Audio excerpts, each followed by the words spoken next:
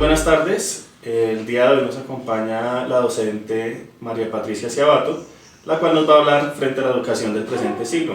Bienvenida, licenciada. Muchas gracias, Diego.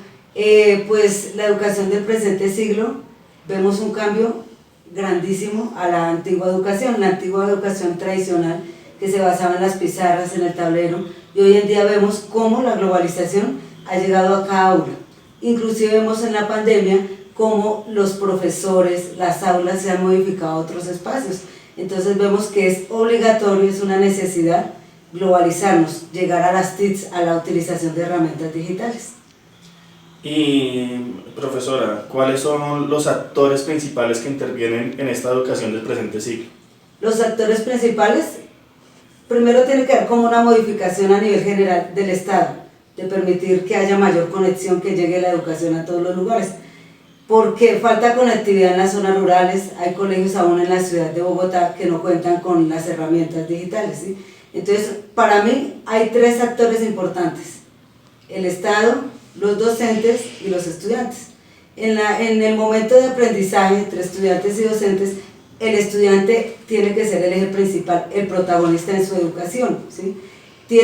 Y el docente cumple el papel, toma un rol de investigador, de guía, de orientador. Ya no es como la educación que teníamos antes, que era lo que el docente dijera y el estudiante tenía que hacerlo. No, ahora con la nueva educación de este siglo XXI que nos trae nuevos retos, el docente orienta, el estudiante participa, es protagonista de su propio conocimiento.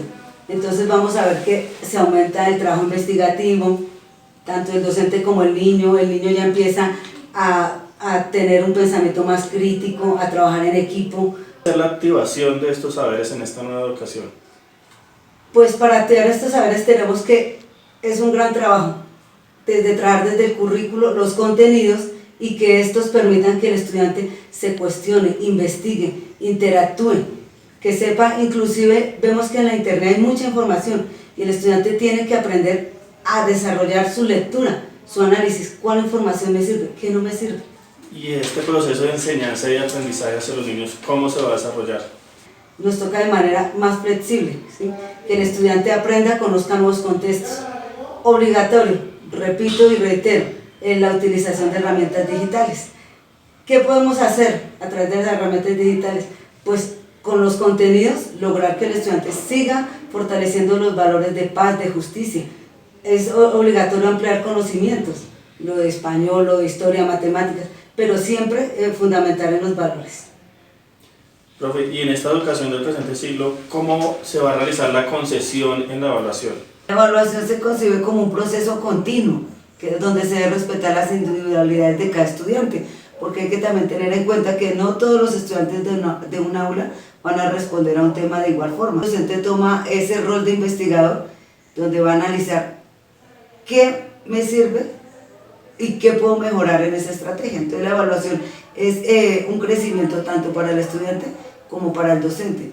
Y lo más importante, que hay que respetar la individualidad. Allí es donde llamamos también al estudiante a autoevaluarse. Es importante que él se analice y sepa tomar un criterio personal de cómo fue su desempeño. Muchísimas gracias por compartirnos su opinión frente a la educación del presente siglo. Esperamos tenerla más adelante en más entrevistas de este tipo. Muchas gracias también. Hasta luego.